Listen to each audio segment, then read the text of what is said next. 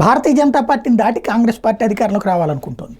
ఈ 2 రాష్ట్రాల ఎన్నికల్లో కొట్టేశామనుకుంది. కానీ హర్యానాలో హ్యాట్రిక్ కొట్టింది భారతీయ జనతా పార్టీ.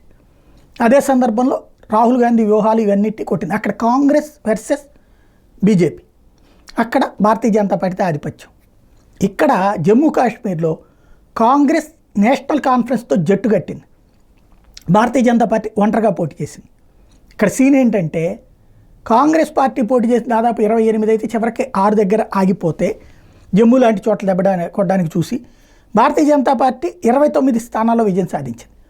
అట్లాగే నేషనల్ కాన్ఫరెన్స్ 41, ముస్లింలంతా నేషనల్ కాన్ఫరెన్స్ కోటేయడం వల్ల అది గెలిచింది. హిందువులు చీలారు కాబట్టి కొంత కాంగ్రెస్ పార్టీ విజయం సాధించింది. పీడీపీ 4, ఇతరులు 7.